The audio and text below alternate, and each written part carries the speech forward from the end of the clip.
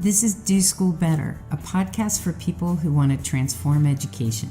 My name is Doris Korda, and for the past several years, I've been training educators. Listen to these episodes and hear about some of the extraordinary programs they've created. We call these pioneers the fire starters. See if you can get some ideas that you can implement yourself to change your own practice. In this episode, Doris speaks with Terry Chou, science teacher at Joaquin Miller Middle School in San Jose, California. Terry shares details about her students learning innovation in her Science Enrichment and Research class, also known as the Search class. Hey, Terry.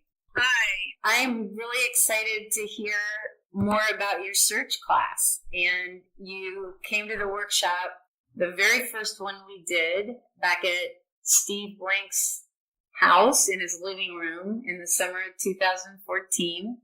And we actually communicated quite a bit before you came because you were really doing your homework, I remember, to find a place to go.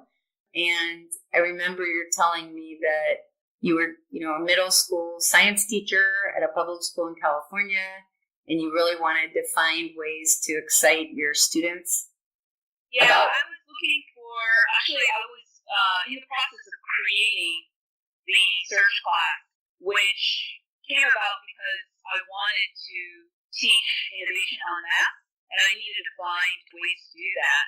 And originally, the class that I had in mind was sort of like a science class, a science or prep class, pure research, but thinking back and forth that entire school year leading up to the summer, I realized I really didn't want to teach that what I really wanted to teach was innovation. And then learning a little bit more about what innovation meant, it's the intersection of science, business, and technology. And so the business part, when it fell into place there, I realized I needed to sort of investigate the business perspective because I didn't have a business background. I'm completely a science teacher, science person, studied science in college and so on. And so in looking at business perspective, my brother-in-law, actually, who did study business, he suggested that I look into the lean startup movement. Yep. And from there, the lean startup movement, I came across Mr. Blank. And so I actually emailed him about, I'd like to learn more about this program. I'm a teacher. I have this class that I have in my head that I'd like to kind of fulfill. And, did he have any suggestions for me where I can start? Because I had no background. And so he actually was the one who forwarded my email to me. You. Yes.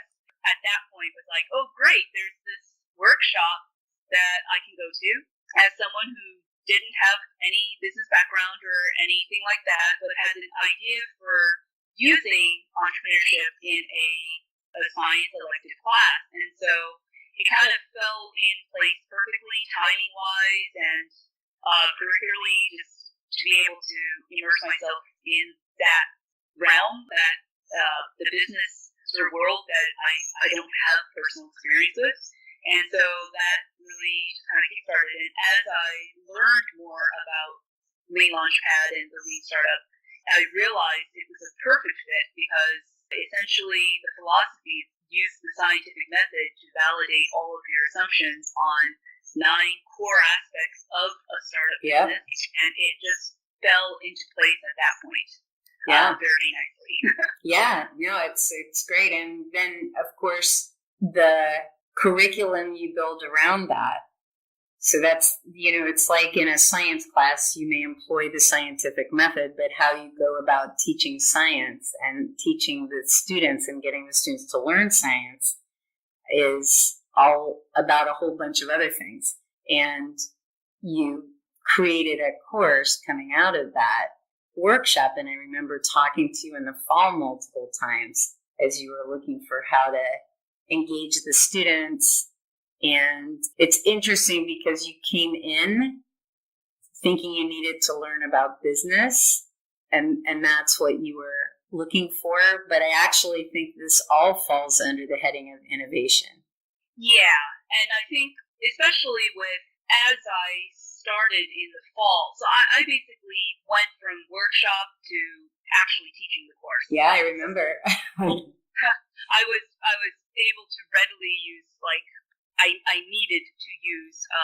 the tools and sort of come at it right away with this. And as I started in the fall, a lot of things just kind of, I realized a few things. One of the things first is that the business part is really like a scaffold. Yep. And that scaffold allows students to formalize and they communicate ideas in their head. But the creation, sort of the process of the product design and all that, using technology, trying to figure out which technology would match my students best, that we hammered out throughout the fall. And then I think probably midway, sometime by winter, I started to realize that the innovation part was great, but really this class, at least for my class, was all about learning really deeply about yourself, the students themselves, and how they interact with people, how they communicate with people.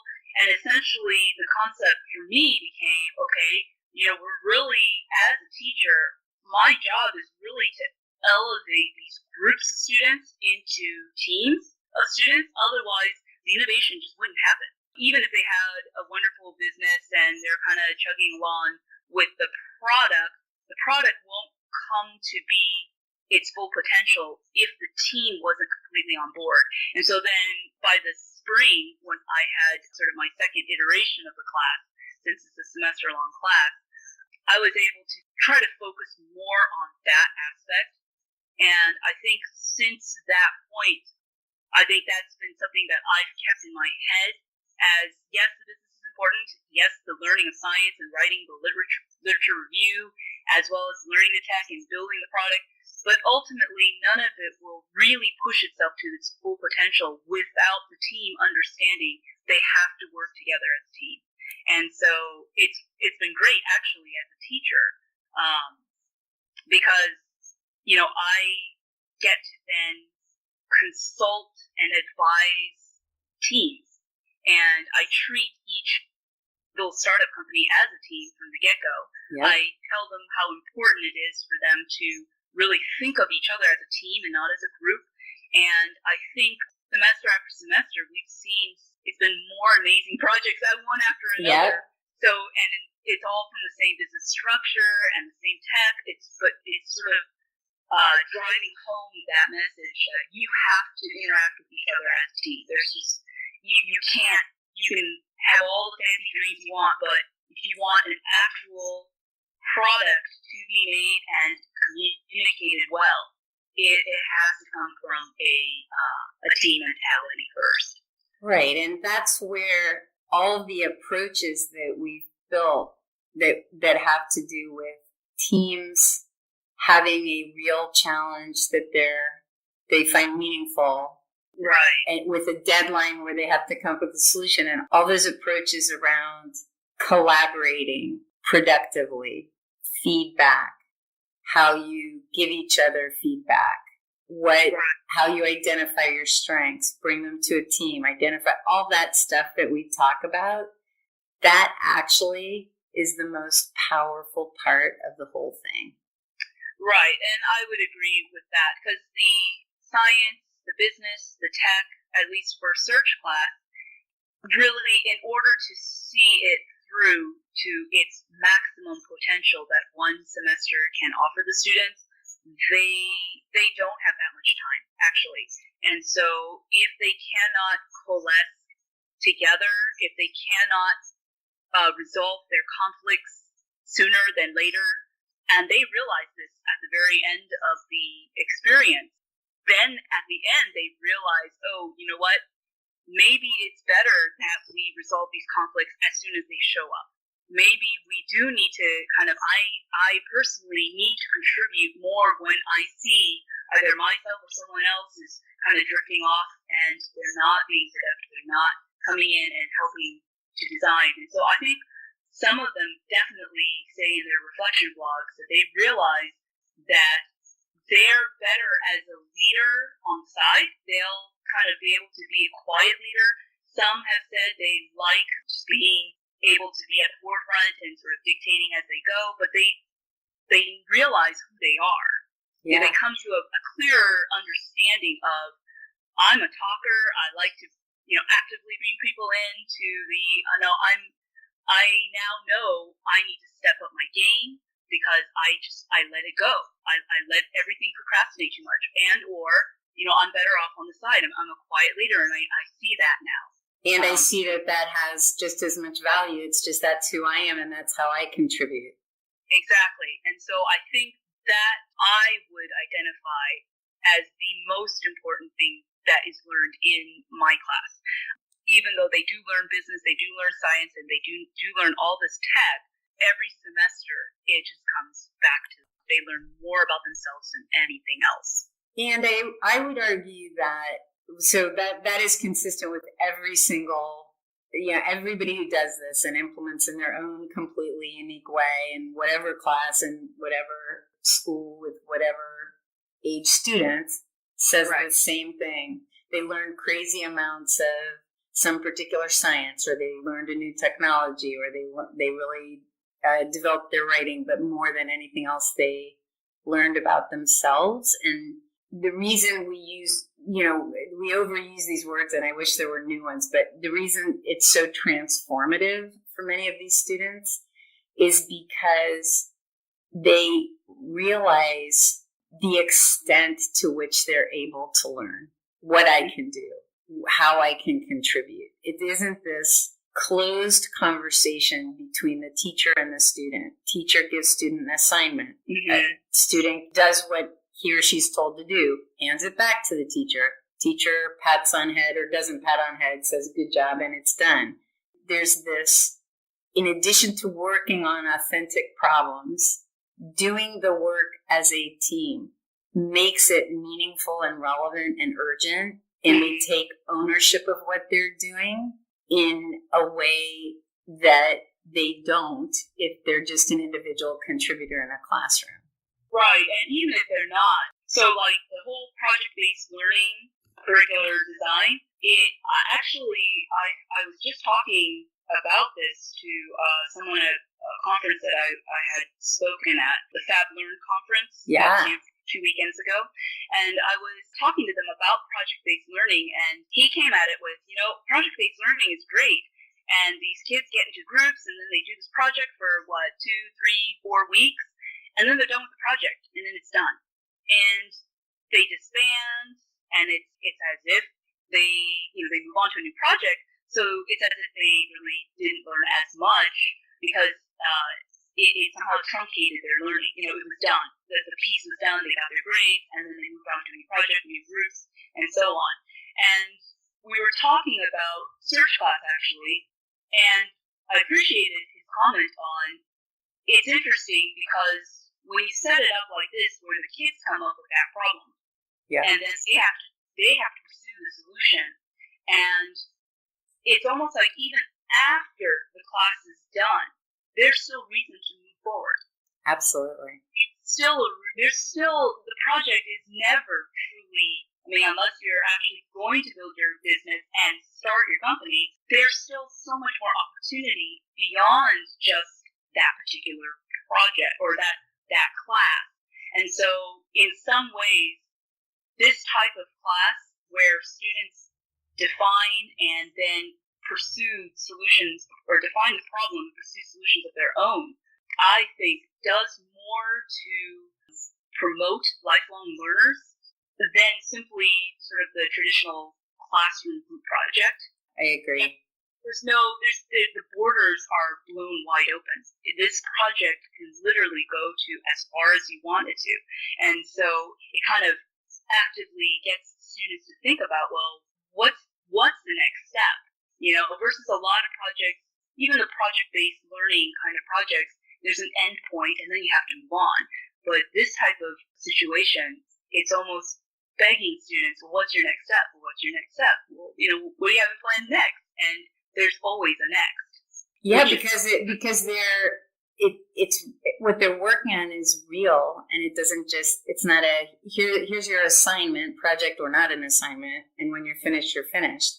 There's this real thing, and you're building, you're innovating, and they're passionate about what they're doing. We had a student we were talking to today who's in a space where they're actively working to define the problem that they're working on in the music space, where the four of them are wildly passionate. And he is crazy excited about the opportunity to work on something he's actually interested in a class, in school. And one of the things that I think this does is when you say lifelong learner, it redefines students' relationships with school. Right. Because they have this, they come into these kinds of classes before they've done a class like this. They come in thinking, the way this school thing works and my relationship to school is somebody gives me something to do that I must learn. I then learn it well or not, and I get, some sort of feedback to tell me whether I learned it well enough or not. And we just kind of rinse and repeat that.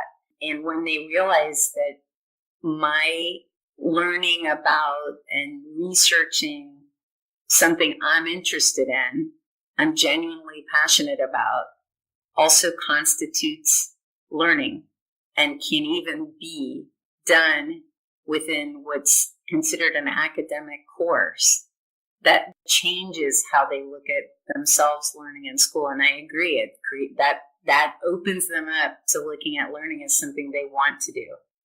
Right, and I think that's definitely something all teachers want to promote, and redesigning their classrooms, or their curricula, I should say, is definitely one way to think about when they want that result. And I think that also in some sense, I really wish that I were able to take this class, and I think I probably would have had such a different trajectory in life as well. But I think... oh, that's really interesting. Why? Well, I don't know, because I think for me, I didn't actually give business a chance. I mean, I knew I really wanted to be an educator, but that also, in my head, it never occurred to me to even give business a chance, or even the startup world where, science and technology is pretty much integrated into the business, at least in Silicon Valley. That's where we're at. It just never occurred to me that I would find a place for myself there.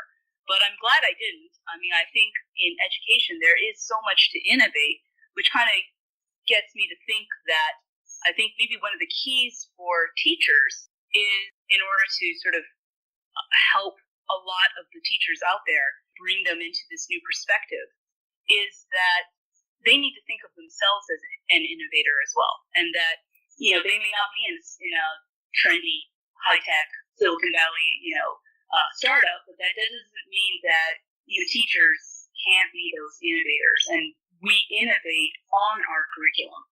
That's how we are able to push the boundaries and for ourselves become that lifelong learner too. I just so appreciate actually having experience now of teaching this entrepreneurship kind of aspect to my class. It's, I think it's been a great thing for me. You said that beautifully. I couldn't agree more. And I really will say, I don't even think it's about business. I think everything you're talking about is about innovation. Right. I totally agree. I think innovation, the spirit of innovation, and just the pursuit of it is really critical for student and teachers alike. And, I think coming away from this particular conference that just happened, so it's fresh in my head, that, it is a movement. I truly do believe that. It is not some passing fad, or, a maker space might be a fad, the sort of a room that people go to drill and to laser cut and to 3D print, but the maker education movement, the movement towards innovation from the teacher's perspective as well. I don't know if there's an umbrella term for all of it, but that sort of thinking, I think it is something that once started, the ripple effects is just going to continue. I could not agree more. And you said all of that so well. I'm going to end that here, but that was fabulous. Thank you, Terry. And I loved seeing the excitement of your students when I came to visit you, and they were on fire. And by the way, learning not only about innovation and customer development and pitching and communications, but also learning a lot of science. And they were jazzed about it. Right. Yes, they can see finally how science is applicable to their lives. That's awesome. Hey, have a great day. Thanks, Terry. All right. Thank you so much. If you want to hear more podcasts like this or learn about the Korda method, visit our website at wildfire-education.org.